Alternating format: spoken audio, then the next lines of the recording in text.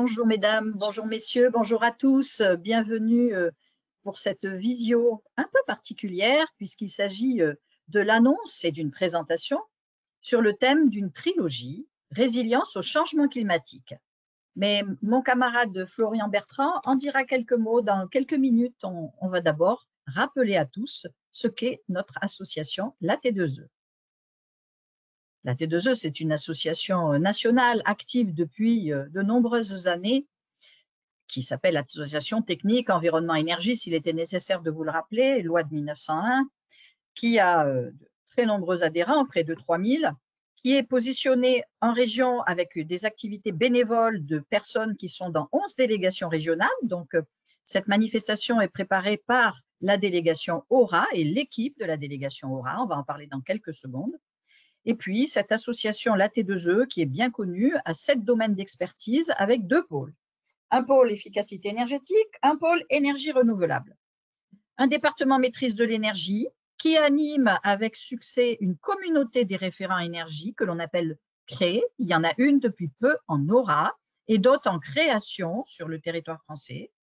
Rapprochez-vous notamment si vous êtes pro RFEI, vous avez bénéficié de cette formation de votre CRÉ. Le contact s'appelle les contacts Jean-Marc Piatek et Gaël Landrieux.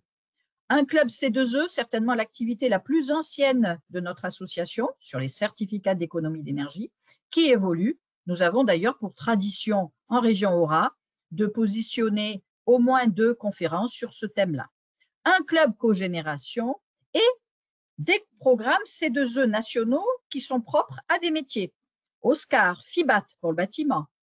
Et bien entendu, il y a les programmes bien connus Pacte Industrie, Pro RFEI, je viens de dire un mot, et le programme Pro SMEN, c'est-à-dire un chèque qui peut aller jusqu'à 20 000 euros sur la certification ISO 50001. Attention, les délais sont un peu courts pour le 1er octobre 2025. Les activités et le domaine d'expertise et le pôle énergie renouvelable permis de développer le club biogaz, le club stockage d'énergie, le club power to gas et le club pyrogazéification. Et je ne peux que vous recommander d'adhérer à Énergie Plus, la revue de la maîtrise énergétique, qui maintenant se positionne à la fois sur support papier et sur support informatique. On avance un tout petit peu si j'y arrive. Un peu difficile, je suis bloquée, Karine. Est-ce que c'est normal? Alors, attends. Hop, vas-y, c'est bon. Voilà, merci d'avoir pris la main. Alors, on revient sur notre petite association sympathique d'énergéticiens et de professionnels et de personnes qui s'intéressent à cette thématique de l'efficacité énergétique.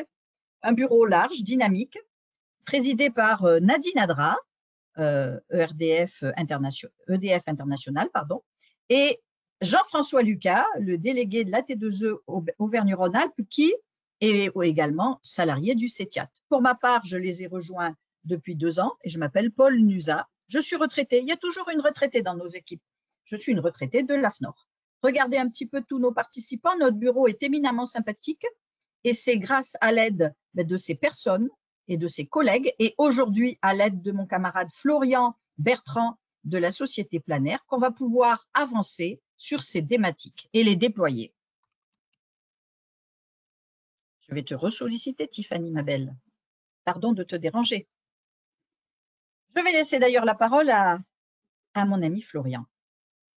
Oui, bonjour à tous et merci Paul pour cette introduction. On voulait faire un petit focus sur le programme 2025 de nos ateliers et webinaires en Aura. Donc on a eu le 30 janvier une visioconférence sur les C2E en industrie. Aujourd'hui, l'idée est de lancer un cycle d'ateliers d'adaptation au changement climatique par ce webinaire et avec 2 grands témoins en posant le contexte, les problématiques et en donnant quelques éléments de réponse permettant de lancer la suite des ateliers qui seront prévus plus orientés solutions. On va en dire 2 mots. Donc, il y en aura un qui sera le 10 octobre 2026 sur le confort thermique tertiaire. Un autre qui est en montage sur le confort thermique en industrie au dernier trimestre de l'année. Et un dernier sur eau et énergie qui sera en février 2026 et qui est également en montage. À côté de ça, on a d'autres ateliers en préparation. On a un atelier en présentiel décarbonation le 25 juin et une visioconférence sur la maîtrise de l'énergie et la transposition de l'efficacité énergétique qui se déroulera en novembre. Merci beaucoup, Florian. Merci. Alors, tout à l'heure, Florian rentrera dans le détail de cette réunion qui va vite arriver du 10 octobre 2026 et qui est prête à 90%. Ça vaudra le coup de vous donner peut-être envie de suivre ce confort thermique du tertiaire. Eh bien, je suis désolée, Tiffany, mais moi, ça ne fonctionne pas bien, le déroulé. L'ordre du jour d'aujourd'hui. Je dois saluer mon camarade Jean-François Lucas, car c'est lui qui devrait être aujourd'hui et qui est un petit peu fatigué. Donc, nous avons pris, Florian et moi, l'initiative de maintenir la réunion. Elle était prête, tout le monde avait bien travaillé. Après cette introduction, nous aurons la chance d'avoir l'intervention de M. Boileux de l'ADEME sur le contexte et les enjeux du dérèglement climatique dans les entreprises. Comment s'adapter? Merci M. Boileux pour cette présentation. Vous allez le voir tous, détaillée et très illustrée. Une petite, voilà, des questions, des échanges, questions-réponses. N'hésitez pas, répondez bien au chat. Quelquefois, nos conférences sont tristes car vous avez peu de participants. Ensuite, peu d'intervenants, peu de questions-réponses. Ensuite, vers 11h10, eh bien, grand merci à Jean-Baptiste Baroni du MEDEF sur la position du MEDEF et les actions du MEDEF pour les entreprises face au dérèglement climatique. Là aussi, grand merci, monsieur, de vous être investi sur cette conférence. Et ensuite, mon camarade restera avec vous, puisque moi, je vais devoir vous quitter, et rappellera les prochains ateliers. Je vous souhaite à tous une très bonne réunion.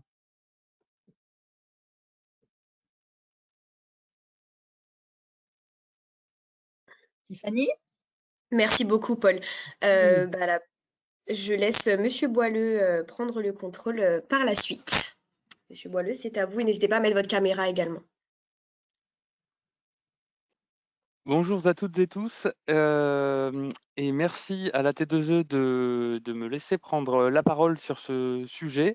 Donc, je suis François Boileux, je travaille à l'ADEME au pôle adaptation et je vais vous dresser un petit contexte des enjeux du changement climatique, enfin en tout cas des enjeux, comment faire face au changement climatique et notamment comment s'adapter aux aléas climatiques qui seront de plus en plus récurrents et sévères. Alors, je pense que j'ai la main pour faire passer les diapos. Est-ce que ça fonctionne? Alors, sinon je le fais, je regarde, tac. C'est bon pour vous? C'est bon pour moi. Alors, quand je clique sur la flèche, ça n'avance pas. Donc, c'est peut-être encore vous qui avez la main. Alors, attendez. Tac, je vous le redonne. Hop. Et je vous l'ai redonné. C'est bon. C'est bon. Donc, pour démarrer ce webinaire, je vous propose de faire un lien entre le graphique de gauche et les différentes photos que j'ai pu mettre sur la diapo. Où le graphique de gauche va vous montrer que on est dans une situation où on a une augmentation continue des gaz à effet de serre. Concernant le CO2, actuellement, on est à plus de 420 ppm. Et cette augmentation continue de gaz à effet de serre, elle est liée à quoi? Elle est liée à nos modes de consommation, à nos modes de production et à notre addiction aux énergies fossiles. Et donc, on a une accumulation de gaz à effet de serre qui va amplifier l'effet de serre et qui va engendrer une hausse de la température moyenne à l'échelle du globe, entraînant une multiplication des aléas climatiques graduels et extrêmes qui vont venir déstabiliser, bouleverser nos écosystèmes, nos sociétés, nos territoires et bien sûr nos entreprises. Donc face à ce climat qui est totalement déréglé, il y a vraiment deux réflexes à avoir pour vous. C'est le réflexe atténuation, c'est-à-dire vous allez réduire, il faut réduire absolument nos émissions de gaz à effet de serre. Et puis, en même temps, on n'a pas le choix que de s'adapter aux effets du changement climatique, aux impacts du changement climatique qui peuvent se manifester par des sécheresses, des épisodes de vagues de chaleur, des épisodes de pluie intenses qui engendrent des dégâts considérables.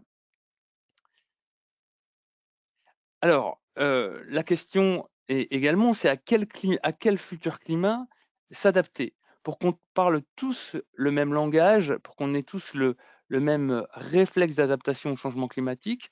L'État a travaillé sur une trajectoire de réchauffement de référence qui s'articule autour de plusieurs échéances, plus ou moins lointaines. Donc, on a l'échéance de 2030 où on sera à un plus 2 degrés en France, plus 2050, plus 2,7 degrés, et, et 2100, plus 4 degrés. Alors, 2100, ça peut vraiment nous paraître assez lointain, mais 2030, c'est demain. Donc, les plus 2 degrés à l'échelle France, on va dire Europe, ça équivaut à plus 1,5 degré à l'échelle monde, parce qu'on a une France et une Europe qui se réchauffent plus vite que le reste du monde. Et cette France à plus de degrés, en fait, chaque dixième de degré, ayez en tête que chaque dixième de degré supplémentaire, c'est des aléas climatiques qui sont amplifiés avec des conséquences importantes pour vous.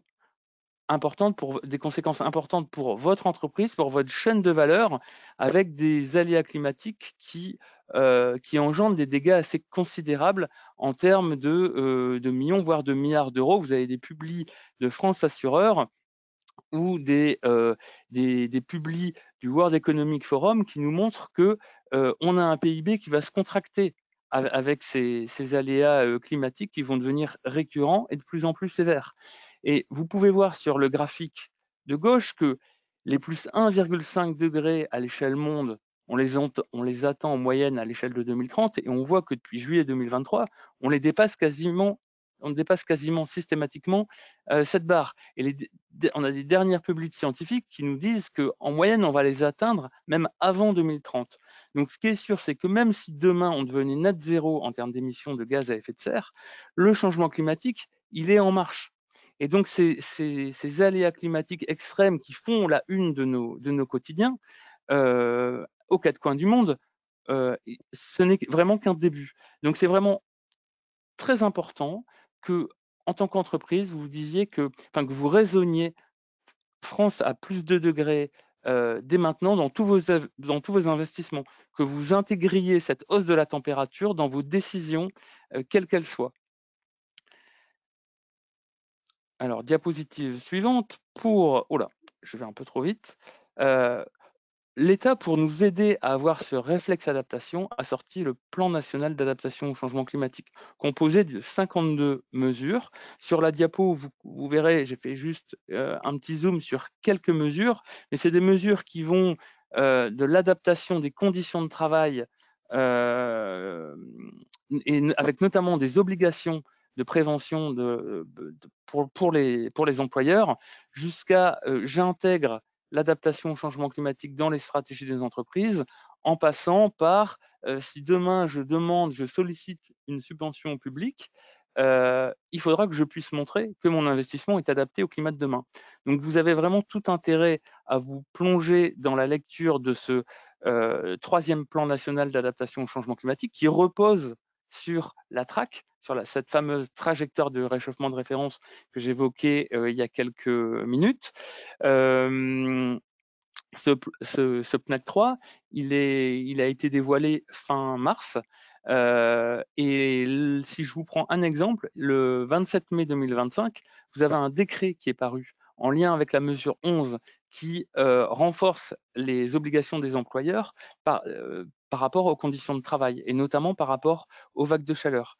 Donc, en tout cas, mon conseil, c'est vraiment de vous plonger dans ce plan national d'adaptation au changement climatique. Ça vous permettra de façon assez pédagogique de voir toutes les mesures que vous pouvez intégrer pour renforcer votre résilience. Petit zoom sur le fait que concernant les enjeux de l'adaptation dans les dispositifs d'aide aux entreprises. Au niveau de l'ADEME, vous avez peut-être constaté, notamment dans l'appel à projet ORMAT 2025 ou dans l'appel à projet Décarb 1 2025 et bientôt dans l'appel à projet ZIBAC, on intègre cette condition de nous montrer que votre investissement, ou en tout cas que le projet pour lequel vous sollicitez une subvention, est adapté au climat de demain. S'adapter au changement climatique, au niveau de l'ADEME, on essaie de vous aider avec un parcours adaptation. Ce parcours adaptation, il est constitué de plusieurs étapes. L'étape numéro 1 que je vais détailler dans les diapositives suivantes. Je le fais donc très rapidement là. L'étape numéro 1, c'est vraiment de comprendre et de convaincre. Ce qu'on a constaté, alors nous, ADEME, mais d'autres acteurs, les CPME, les MEDEF, BPI, c'est que l'adaptation au changement climatique, ce n'est pas un sujet prioritaire pour les entreprises. Ce n'est pas un sujet qui est jugé stratégique. Pourquoi? Parce qu'il y a sans doute une mauvaise compréhension de ce sujet. Donc, tout le cycle de webinaire que va vous proposer la T2E, ça vous permettra de rentrer dans le sujet et ça vous permettra de convaincre. Alors, vous, responsables RSE ou responsable climat, responsable développement durable, l'idée, c'est vraiment de convaincre en interne que le changement climatique, il est réel et qu'il faut vraiment anticiper, réagir dès maintenant, agir dès maintenant pour minimiser vos pertes demain et éventuellement dégager aussi des opportunités qui pourraient y avoir. Donc, par rapport à cette étape, en tout cas, cette étape, elle est vraiment essentielle pour ensuite aller sur l'étape clé qui est le diagnostic de vulnérabilité. Vous allez devoir évaluer vos vulnérabilités actuelles et futures sur toute la chaîne de valeur. C'est hyper important de raisonner chaîne de valeur et pas seulement site. Donc, il y a tout un tas d'outils qui existent. Je vais faire un petit zoom dans la diapositive suivante. Suite au diagnostic de vulnérabilité, vous allez pouvoir construire votre stratégie et votre plan d'action. Et parce qu'on n'est jamais adapté au changement climatique, il faudra sans cesse challenger votre plan d'action, l'évaluer, évaluer votre stratégie et ajuster votre stratégie pour qu'elle puisse répondre aux aléas climatiques qui seront de plus en plus nombreux et sévères. L'objectif, c'est bien d'aller sur des actions d'adaptation qui vous permettront de transformer votre modèle, de transformer votre activité. Face à la brutalité des aléas climatiques, enfin du changement climatique en général et la brutalité des aléas climatiques à venir, il est capital d'être dans une logique d'adaptation transformationnelle.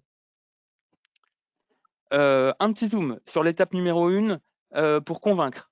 Sachez qu'il y a un outil qui est vraiment très intéressant. En plus des publis, en plus du centre de ressources de l'adaptation au changement climatique, vous pouvez solliciter les ADAC. Les ADAC, c'est les ateliers d'adaptation. Vous avez à ce stade environ 600 personnes en France qui sont capables, et notamment je vois 101 dans votre région, qui sont capables de venir en entreprise, vous faire une demi-journée de pédagogie sur l'adaptation au changement climatique avec un focus sur des problématiques propres à votre entreprise. Donc, n'hésitez pas à aller sur le site des ADAC pour solliciter une animation, animation qui a un coût. Je pense que c'est en fonction de la taille des entreprises, c'est environ 1 000 €, plus ou moins 1 000 €.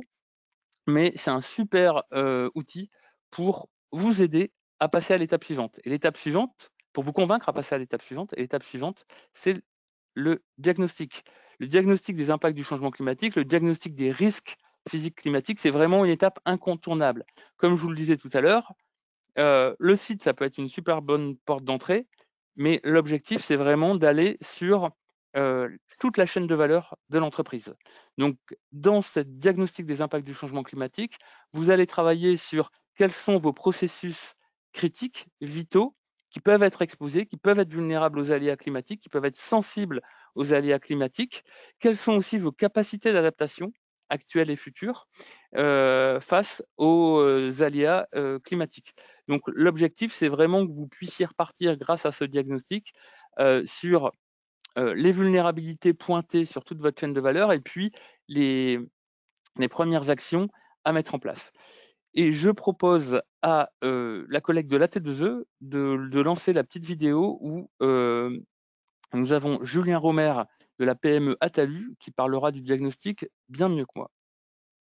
Très bien, on va lancer la première vidéo.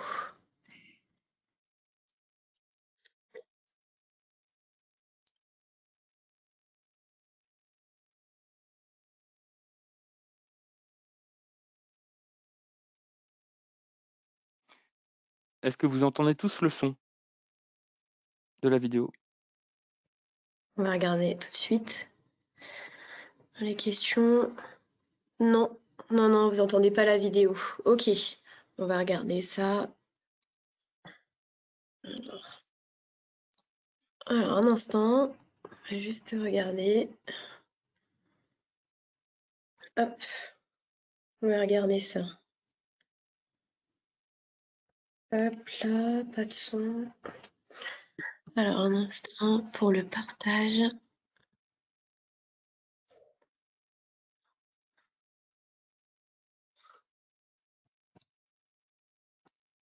Le son, ça marche pas. Ok, on va essayer quelque chose.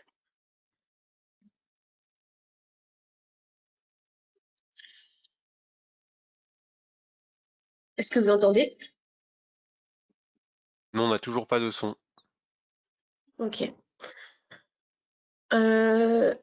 Ok, on va regarder ça.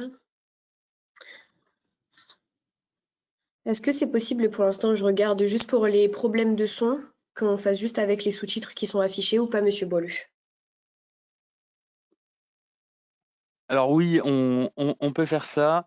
Et puis peut-être que pour la deuxième vidéo, on essaiera de trouver le son. Ouais, je vais regarder.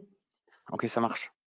Sinon, après, de toute façon, juste pour c'est ce que je disais, les vidéos et les liens vont être mis dans les supports, donc ils seront à disposition aussi sur le site par la suite. Au cas où. Ok, bah on laisse avec les sous-titres pour l'instant, on continue comme ça. Oula, attendez. Pour être sûr, je remets du début. Hop, voilà, c'est parti.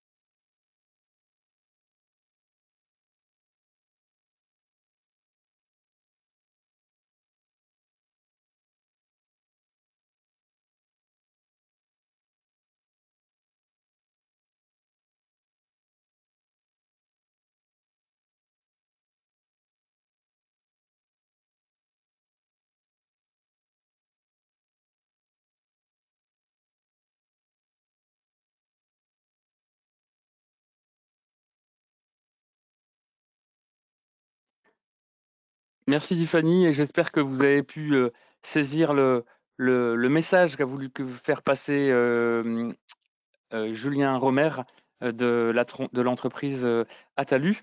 Donc Julien s'est fait accompagner. Ce qui est important, c'est aussi de de pouvoir s'entourer, notamment des réseaux qui vont vous permettre d'avancer au niveau de l'adaptation au changement climatique. Et en l'occurrence, Julien Romer s'est fait accompagner par la CCI Grand Est, parce que c'est une entreprise du Grand Est. Donc, ayez aussi le réflexe, vous, entreprise, de vous tourner aussi vers vos CCI, vers vos chambres des métiers et de l'artisanat, vers les CPME, vers le MEDEF. Tous ces acteurs-là, et bien sûr vers vos filières, peuvent vous accompagner, donc soit dans le diagnostic ou dans les autres étapes du changement climatique. Et en l'occurrence, pour faire ce petit zoom CCI, sachez que en fonction des CCI, vous pouvez avoir des démarches d'accompagnement spécifiques sur ce diagnostic des impacts du changement climatique à travers leur outil Climadiag Expert. Donc c'est vraiment un relais important qui peut agir à vos côtés.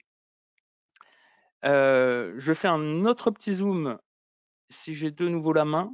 Oui, j'ai de nouveau la main, toujours sur l'étape diagnostique, sur un outil qu'on va lancer ces prochains jours avec BPI, un outil qui s'appelle le Diag Adaptation, qui a été conçu avec l'appui de Carbone 4. Ce Diag Adaptation, l'ADEME apporte un financement de 3 000 €, ce qui permet de réduire le reste à charge pour les entreprises, qui sera de coût de 3 000 €. Et la méthode est en accès libre et gratuit sur le site de la librairie ADEME. Et cette méthode s'appelle OCARA pour PME.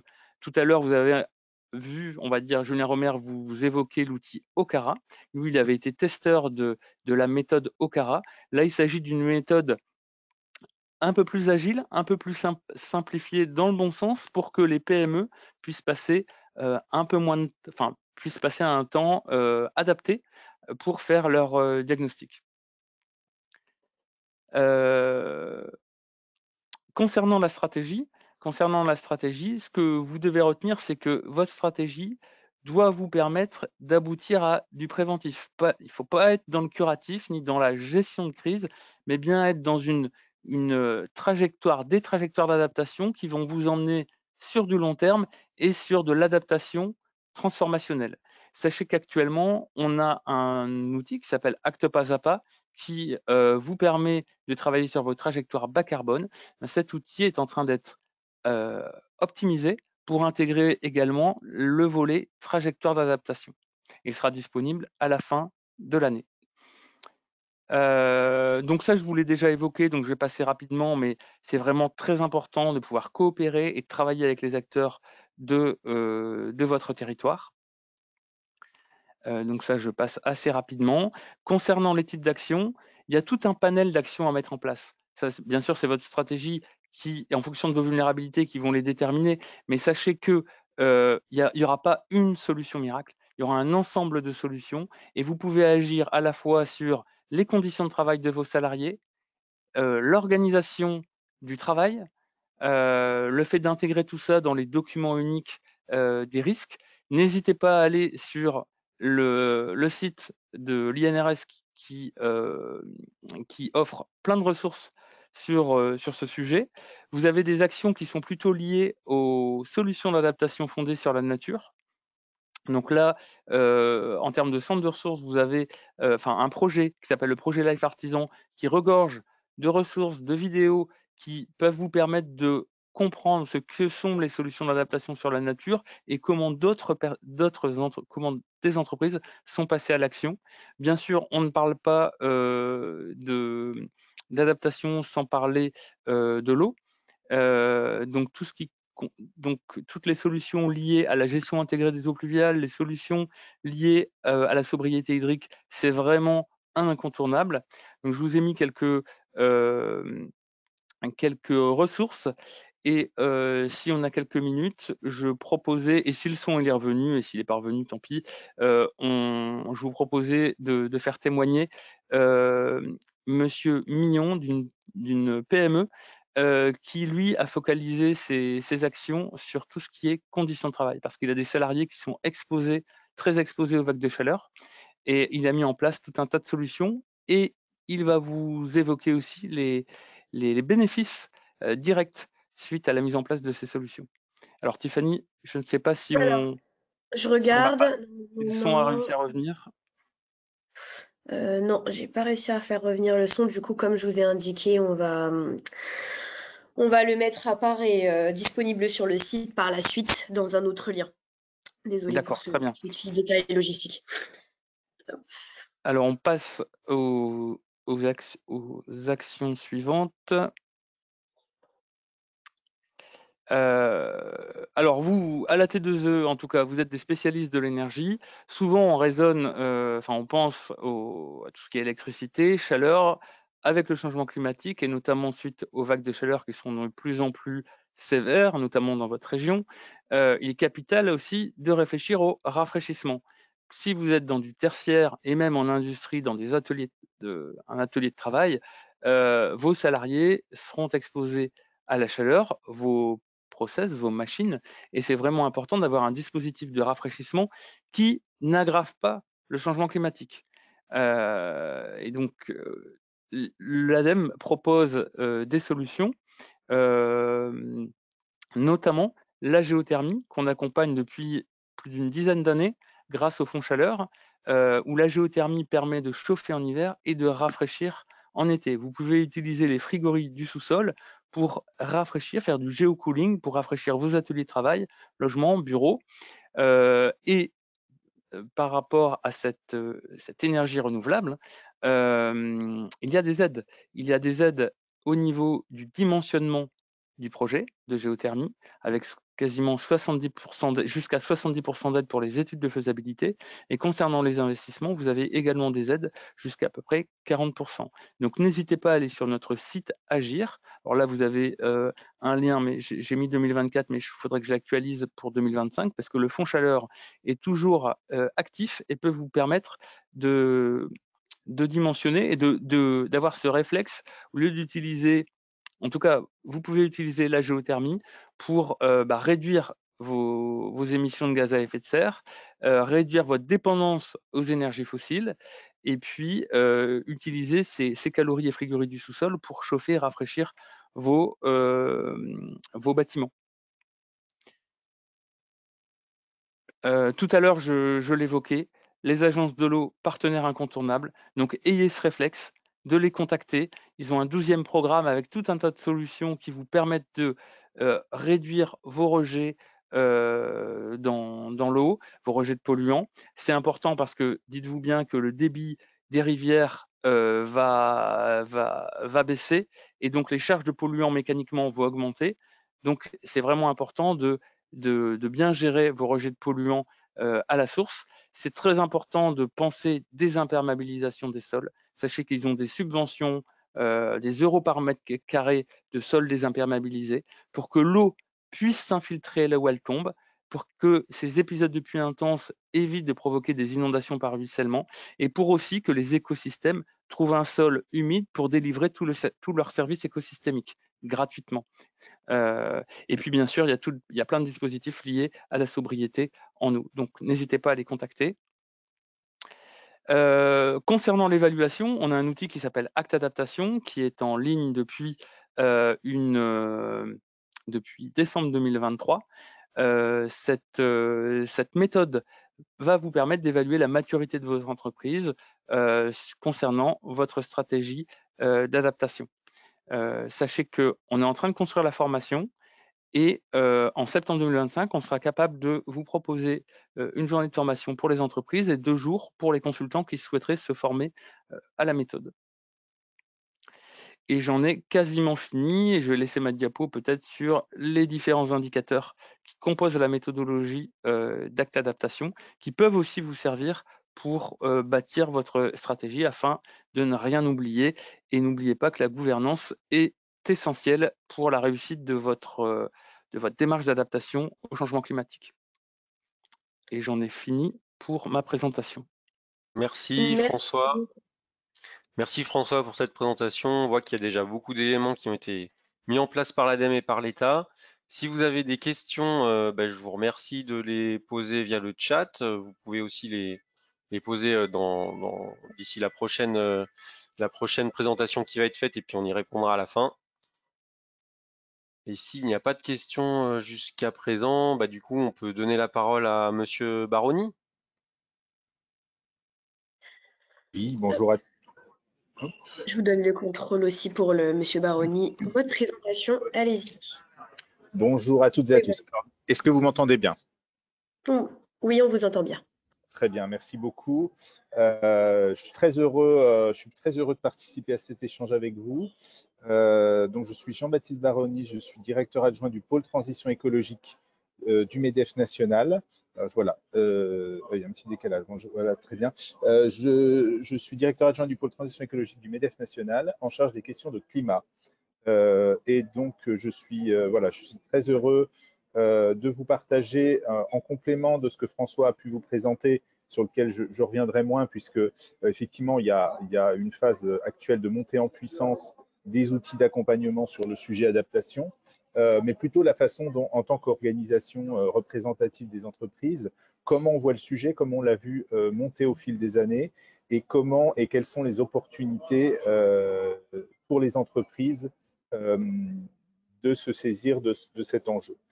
Un petit rappel sur ce qu'est le MEDEF, mais je pense que vous connaissez. Donc la particularité de notre réseau, c'est que nous sommes structurés par filière et par territoire, et que la force de notre réseau, ce sont les 123 fédérations professionnelles et les 103 MEDEF territoriaux qui sont nos composantes. Et ça, c'est clé pour tous les sujets, mais notamment pour le sujet d'adaptation, puisqu'il y a deux dimensions.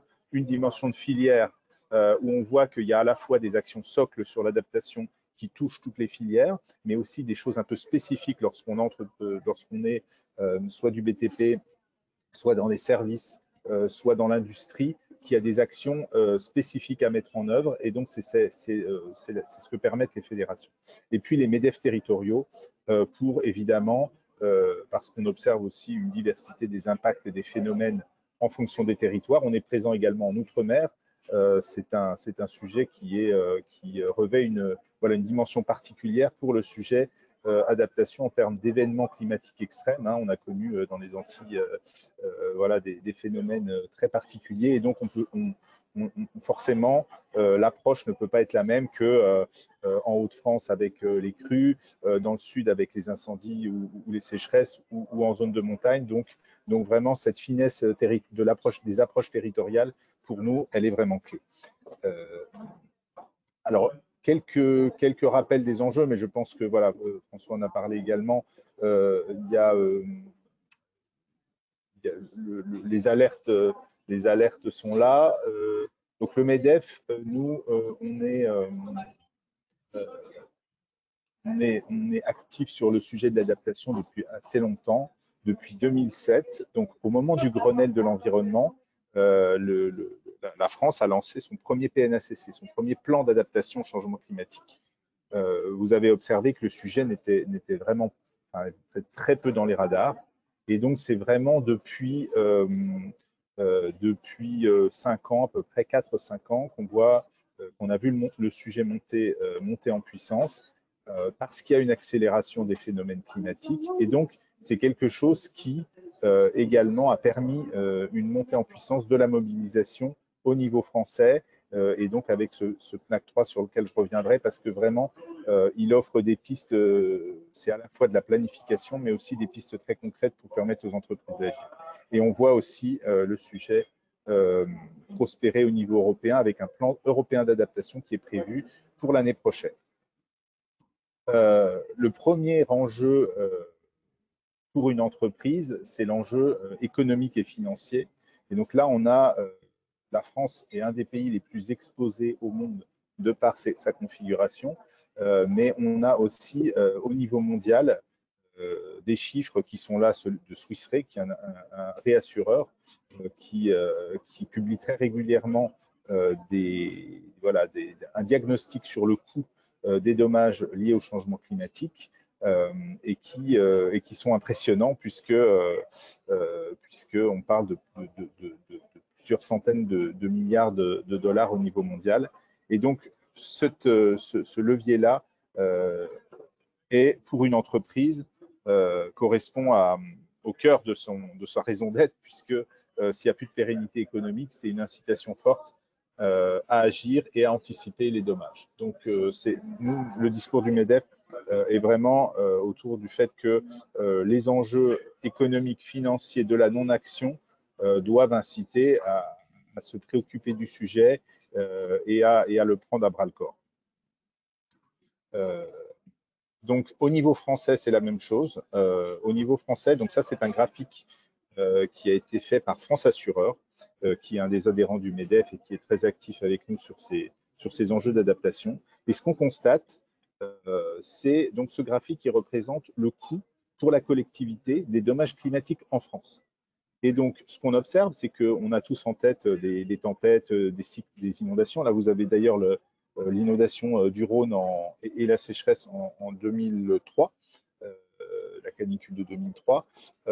C'est que il y a à la fois des événements extrêmes comme la tempête de 99 ou la tempête Xynthia, etc., qui augmentent le coût des dommages à prendre en charge à la fois par la communauté des assureurs, mais aussi avec le jeu des régimes CatNat, etc., par l'État et donc par le contribuable, mais qu'au-delà de ces événements extrêmes ponctuels, il y a des événements climatiques extrêmes récurrents, des sécheresses, des pénuries d'eau, des glissements de terrain, etc., et qui se produisent de façon beaucoup plus récurrente sur tout l'ensemble du territoire français.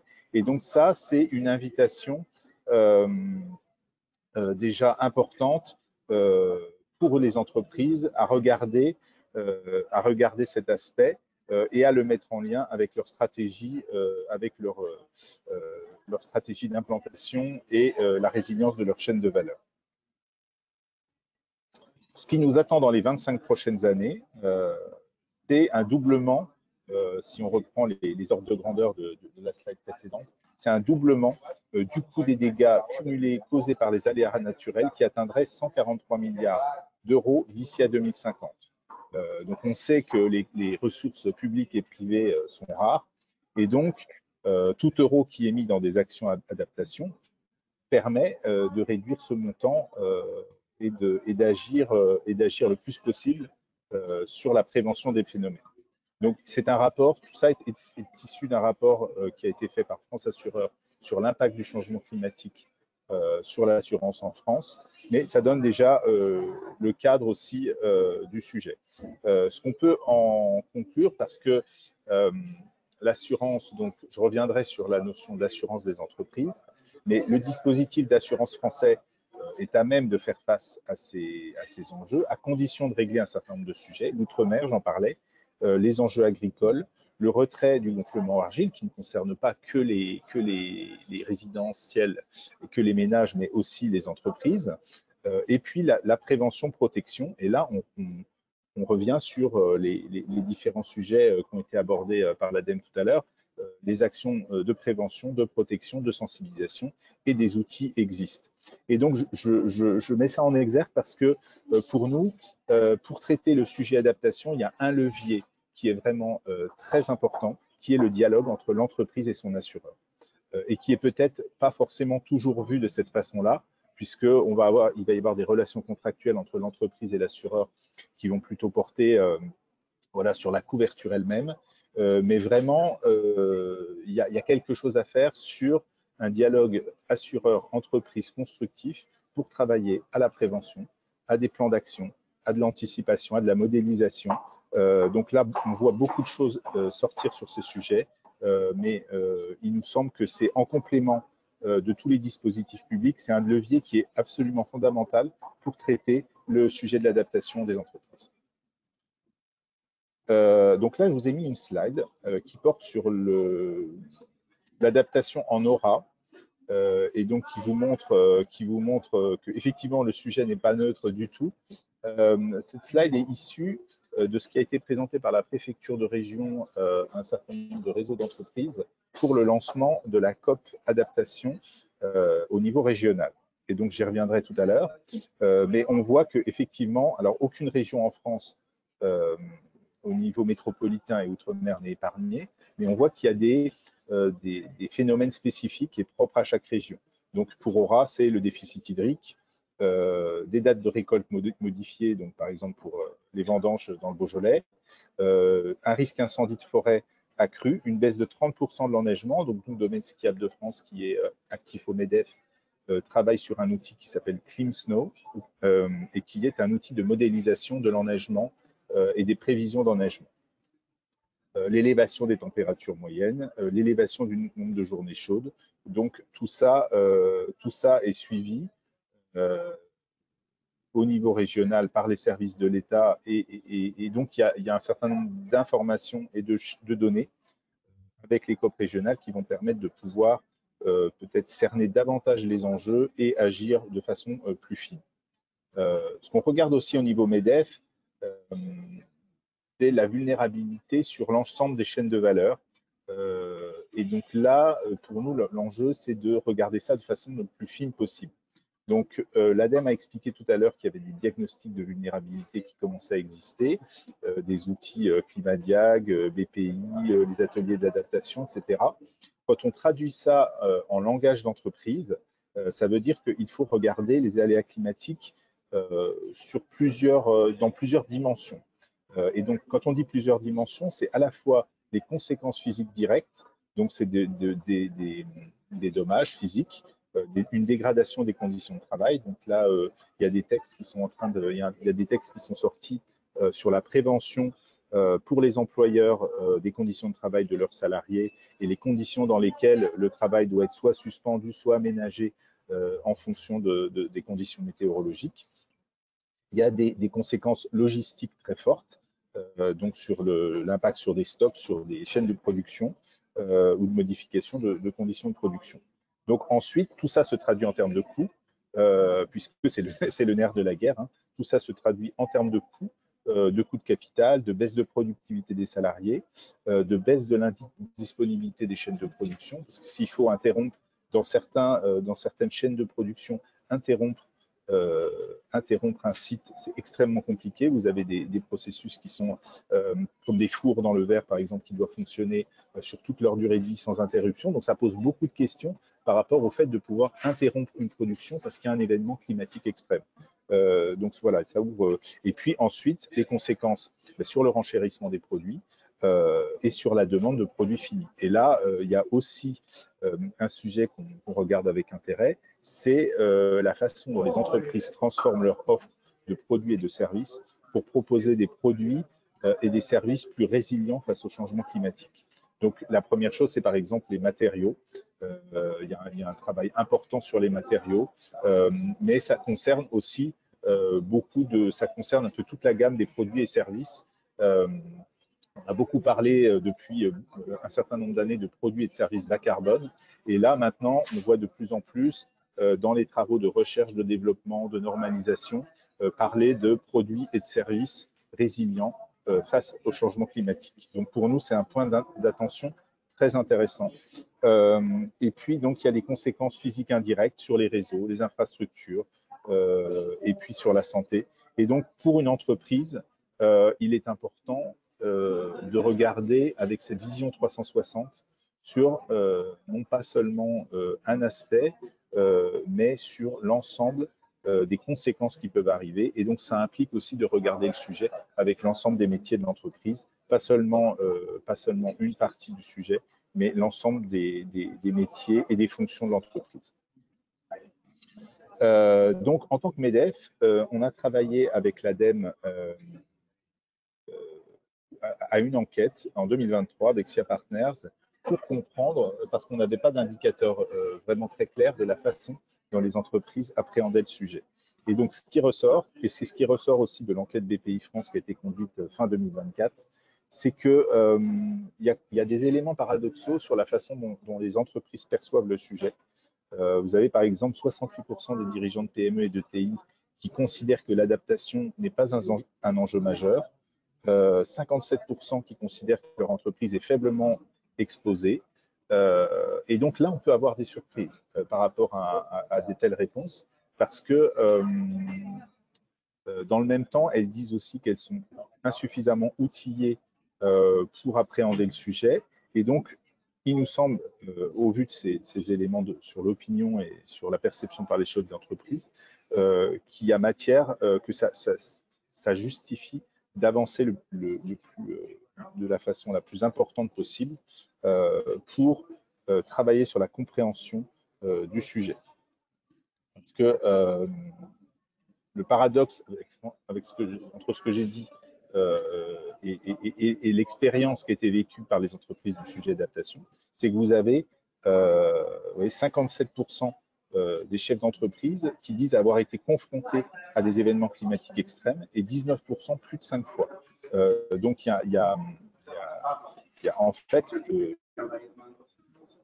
ce décalage qui justifie effectivement pour nous de travailler le plus possible sur la sensibilisation et sur l'appropriation du sujet. Alors, pardon, parce que je ne vois pas bien, je ne vois pas bien avec l'outil de pilotage, je ne vois pas bien. Voilà, je déplace l'outil de pilotage. Donc, cette enquête de BPI qui est très intéressante détaille les actions principales qui ont été mises en place par les entreprises pour s'adapter. Et donc, on va retrouver la climatisation qui arrive en 1, le recours à des technologies économes en eau, l'aménagement des horaires de travail en fonction des conditions climatiques, donc plutôt des mesures organisationnelles, la diversification des fournisseurs et des sources d'approvisionnement, la rénovation énergétique des bâtiments, la création d'un plan de continuité de l'activité. Donc, ça conforte le fait qu'il y a à la fois des sujets qui sont d'ordre d'infrastructure, qui sont en lien avec la pérennité même du site, des mesures qui sont plutôt de technologie, de sobriété, et puis des mesures de management, d'organisation du travail et de mobilisation des collaborateurs et d'adaptation des horaires et des conditions de travail pour assurer que le travail se fasse dans de bonnes conditions. Donc ça conforte le fait qu'effectivement, il faut travailler sur les différents leviers de façon complémentaire. J'essaie d'avancer.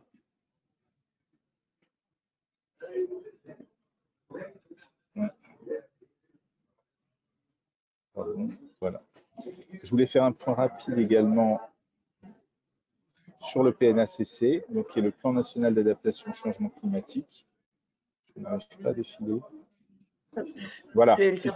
Pardon, c'était un peu décalé. Merci beaucoup. C'était un peu décalé. Donc, on regarde de près ce Plan national d'adaptation au changement climatique parce que quand vous regardez les axes clés du gouvernement dans ce plan d'adaptation, il y a un certain nombre de choses. On sent qu'il y a une ambition accrue pour vraiment que ce sujet soit traité de façon transversale en France. Et donc, pour les entreprises, il va y avoir des conséquences directes.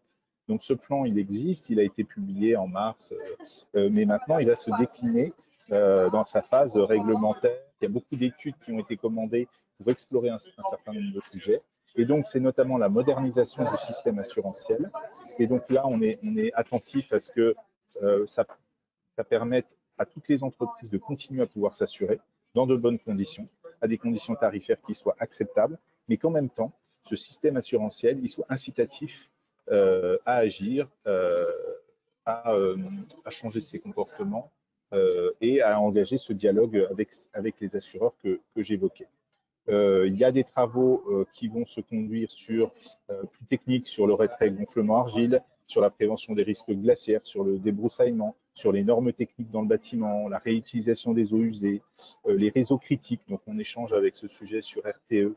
On va échanger bientôt avec SNCF Réseau. Et donc, les opérateurs de réseau jouent un rôle clé dans le cadre de leur plan, leur schéma de développement des réseaux, intégrer cette résilience climatique. Donc ça, c'est important pour vous parce que c'est donc dans les réseaux d'eau, les réseaux de transport et les réseaux d'énergie, intégrer ce critère de résilience et ça vous impacte directement aussi en tant qu'entreprise qui ont ces flux utiles à vos chaînes de valeur.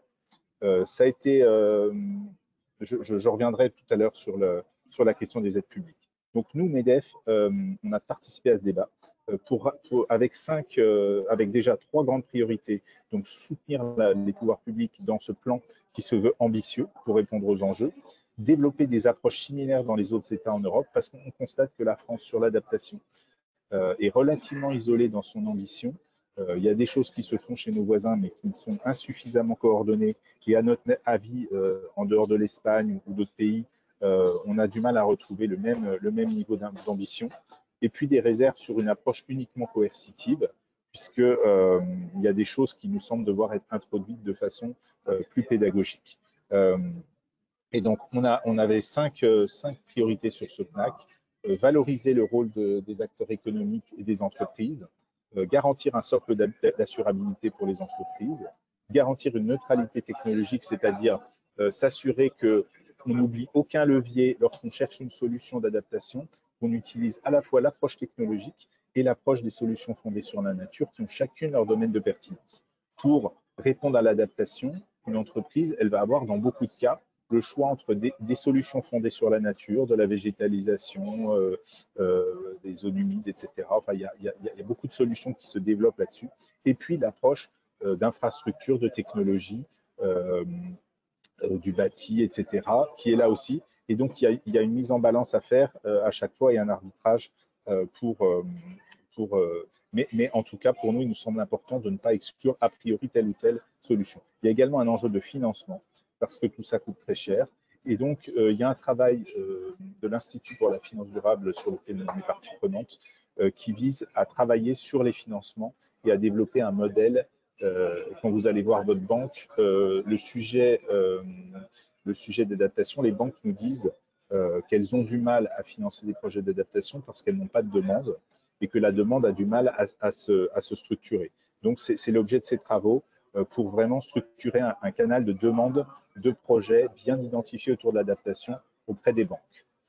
Et puis, j'y reviendrai, il y a la question du cadre de reporting pour les entreprises sur l'adaptation.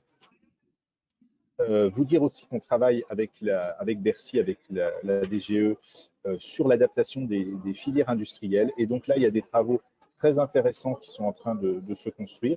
La chimie, j'y reviendrai un petit peu plus tard, un guide très intéressant qui a été fait par France Chimie en lien avec la DGE, l'eau, avec un groupe de travail avec les agences de l'eau et les entreprises consommatrices d'eau, et l'industrie des produits de construction. Donc tous ces travaux n'ont pas encore abouti, mais dès que ce sera plus avancé, je pense qu'on pourra vous envoyer les références de ces guides. Il y a aussi un projet d'expérimentation pilote sur l'adaptation de sites industriels qui est en train d'être conduit. Le premier, c'est dans le secteur de l'aluminium dans les Hauts-de-France, donc autour de Dunkerque. Le deuxième, c'est dans la pétrochimie dans le bassin de Fos.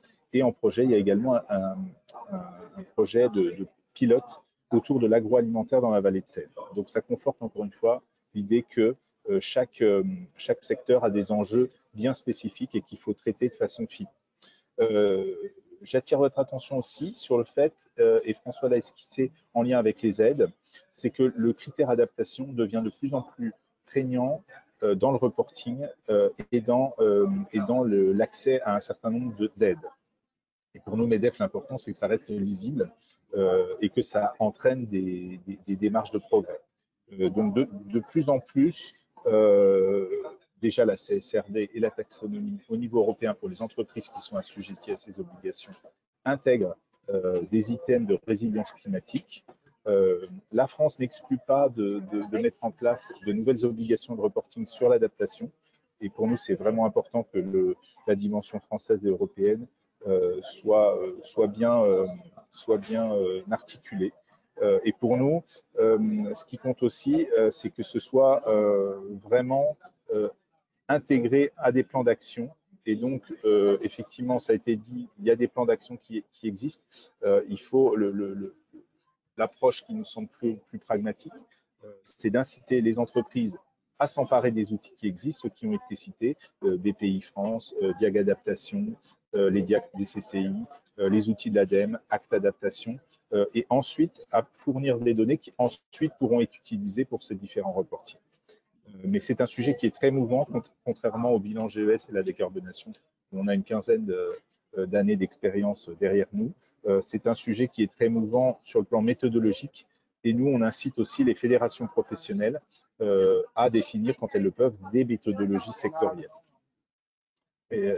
Donc, pour votre information, et je pense que AT2E aura, il y a matière à ce que vous soyez partie prenante de ces travaux, les COP régionales, qui sont la déclinaison régionale de la planification écologique, se sont occupés de décarbonation jusqu'à présent. Donc, c'est des instances qui regroupent un peu les grandes parties prenantes de la région impliquées sur les enjeux de transition écologique, donc à la fois l'État, les collectivités, les représentants des entreprises.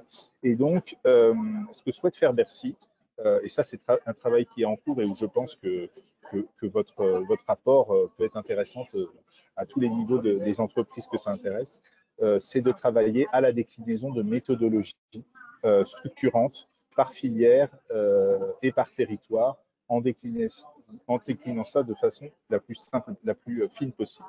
Donc, on est à votre disposition avec le MEDEFORA pour voir comment s'assurer que toutes les entreprises sont bien partie prenante de ces travaux.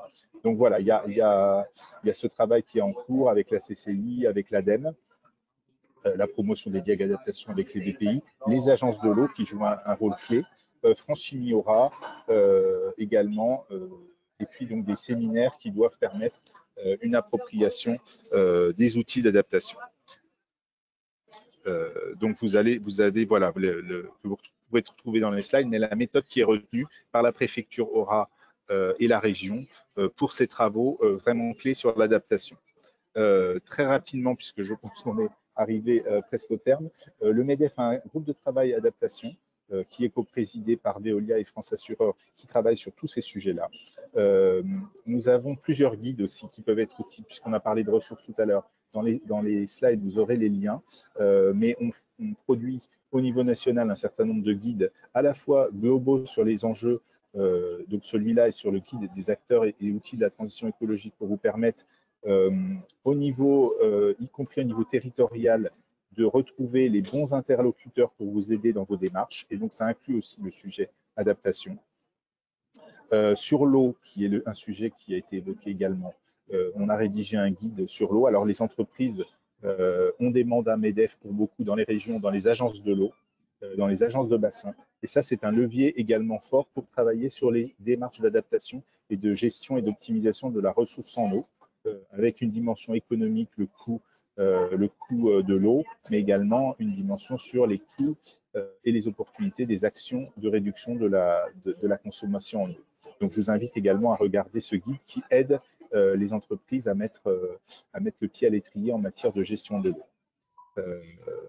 Sur l'adaptation, on a fait un guide, alors qui ne se voulait pas un guide supplémentaire, puisqu'il y a déjà beaucoup de choses dans la littérature qui existent, mais vraiment se mettre à la place d'un responsable, d'un dirigeant de TPE ou de PME, pour qui c'est un sujet, on l'a vu avec le sondage, parmi des tas d'autres sujets qu'il doit gérer. Et donc, on s'est voulu le plus didactique possible et aussi de renvoyer à d'autres sources et à d'autres références pour aider, en fonction de vos situations, à agir sur le sujet.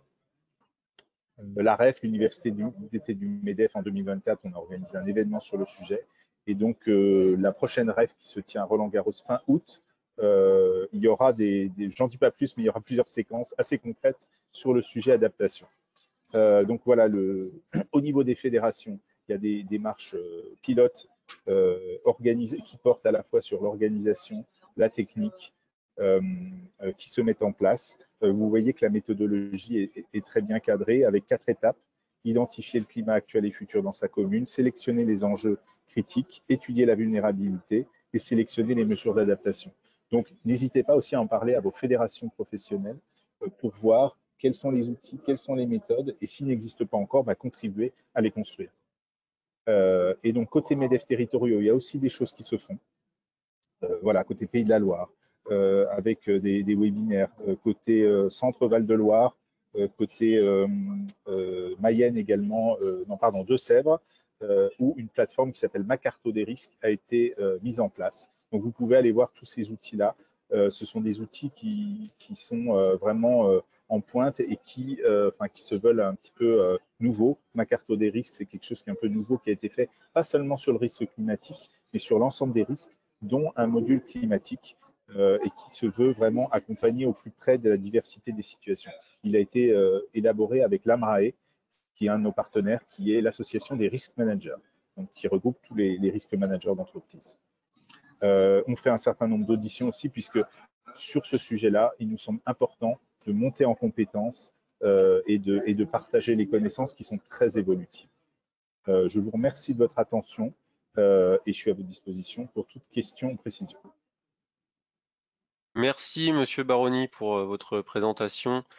Alors, est-ce qu'il y a des questions dans le chat? Il y avait une question sur la sémantique et sur le fait que les aléas ne sont pas que naturels et qui sont aussi liés aux activités humaines, mais il me semble que Monsieur Boileux l'a bien présenté au démarrage de la présentation sur le fait qu'on avait notre responsabilité. Ensuite, est-ce qu'il y a du coup, il n'y a pas de questions forcément dans le chat. Est-ce qu'on peut peut-être laisser un peu de temps pour les questions-réponses? Et ce qu'on voit, c'est qu'on se rend compte qu'il y a quand même une prise de conscience qui est pas massive de la problématique et que c'est un peu notre rôle en fait à tous de sensibiliser et puis de pousser à l'action. Alors dans ce sens-là, on a prévu un certain nombre d'ateliers avec la T2E dont je vous ai parlé en début de présentation. Nous sommes preneurs de vos idées, de vos souhaits. Je vais mettre ma vidéo d'ailleurs, de vos idées et souhaits sur de futurs ateliers. Et en ce sens, si vous pouvez les mettre dans le chat et ensuite nous compilerons si vous avez des idées à ce sujet. Pour l'instant, je vais rappeler les ateliers qu'on a prévus à date. Donc l'atelier confort thermique et tertiaire le 10 octobre 2026, il se déroulera en visio. Les points qui seront abordés, il y aura la réglementation et l'état de l'art, notamment avec les logiciels qu'on utilise, les fichiers météo, puisqu'en fait les fichiers météo, on voit que du coup ils évoluent, et la météo évolue, alors les fichiers météo doivent aussi évoluer. Les préconisations qui sont possibles pour ce confort thermique tertiaire avec une rénovation globale ou par étapes. Et on aura une intervention de l'ADEME sur le programme BRAS 1 et le futur programme BRAS 2 qui étudie l'efficacité des brasseurs d'air sur le confort des occupants. Ensuite, du coup, sur l'atelier qui se déroulera en fin d'année, sur le confort thermique en industrie, on a déjà quelques idées qui seront mis en avant. Donc, il y avait le déploiement d'équipements techniques comme le dry adiabatique ou zone de brumisation devant les machines, donc pour permettre de rafraîchir des zones plutôt que des espaces entiers. L'isolation et l'aérolique dans les bâtiments industriels, et puis le programme est encore en cours de construction. Et enfin, sur le dernier atelier eau et énergie en février 2026, on va s'attarder sur l'eau, trop ou pas assez, sécheresse versus inondation, comment on se prémunit de ça. Et on souhaitait avancer sur le diag adaptation changement climatique, donc avec Monsieur Boileux. Excuse-moi, Voilà. Florian, Oui. juste pour information, il y a une question de Denis Chazalet. Comment articuler au mieux les actions d'adaptation de l'entreprise avec celles du territoire, des collectivités? Donc, si Monsieur Baroni ou Monsieur Boileux sait y répondre, je vous laisse la parole.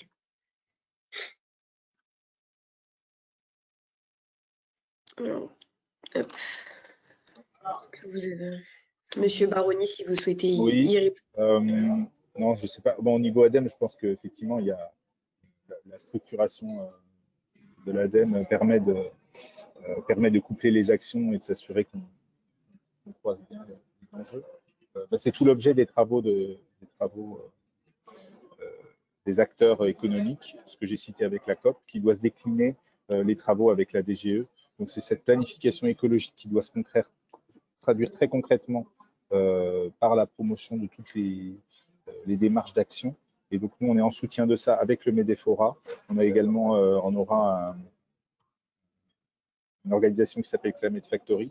Donc nous, notre objectif, c'est de vraiment mobiliser tous ces réseaux pour répondre aux enjeux. Je pense aussi que vous avez des réseaux, que ce soit les réseaux des élus pour agir, vous avez aussi des structures qui peuvent rassembler des des acteurs, des collectivités, des territoires et des entreprises ou leurs filières. Et c'est vraiment important de coopérer territoire et entreprise. Quand un territoire, je pense que dans chaque territoire, il y a des chargés de développement économique qui sont en capacité d'entrer en contact avec les entreprises ou leurs filières pour évoquer tous les travaux que les territoires engagent au niveau de l'adaptation, sachant que les territoires, ils ont un peu plus de maturité sur le sujet, parce que réglementairement, ça fait quelques années qu'ils doivent opérer un diagnostic de vulnérabilité. Donc surtout, le conseil, c'est que les entreprises, il faut vraiment qu'elles se rapprochent du territoire là où elles sont implantées, parce qu'il y a déjà des choses qui se font, il y a déjà des données qui se font, et le chargé de DAVECO peut être un point d'entrée, ou le chargé, les personnes qui sont chargées du climat. Et je pense que les COP que Jean-Baptiste évoque sont aussi de bons lieux pour entrer tous en résonance sur le sujet. On a vu effectivement, je me permets de continuer sur les COP décarbonation qui se sont tenues jusqu'à présent, que c'était à la fois un exercice un peu politique pour mobiliser tous les acteurs sur la décarbonation, mais que ça a permis aussi d'embarquer des entreprises dans des démarches d'action. Donc effectivement, rapprochez-vous de vos réseaux respectifs, MEDEF, mais on n'est pas seul, aussi CCI, BPI France, ADEME. Il y a une autre question pareille de Denis Chazalet. Est-ce que les outils de Diag prennent en compte ce lien? Alors, peut-être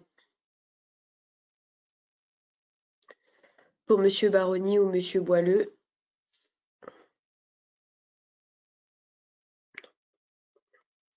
Alors, il me semble que ces outils l'intègrent. Et si vous êtes en lien avec Climat Diag Expert et le réseau des CCI, en tout cas, le réseau des CCI a ce réflexe. Et concernant le Diag Adaptation, c'est pareil, les experts qui seront mandatés pour travailler sur ce Diag ont ce réflexe de faire en sorte qu'il faut qu'il y ait des liens entre territoire et entreprise. Et rapprochez-vous aussi de votre direction régionale de l'ADEME, où on a des collègues qui suivent chaque territoire, et notamment leur démarche de plan climat, et qui peuvent vraiment faire le lien avec les entreprises.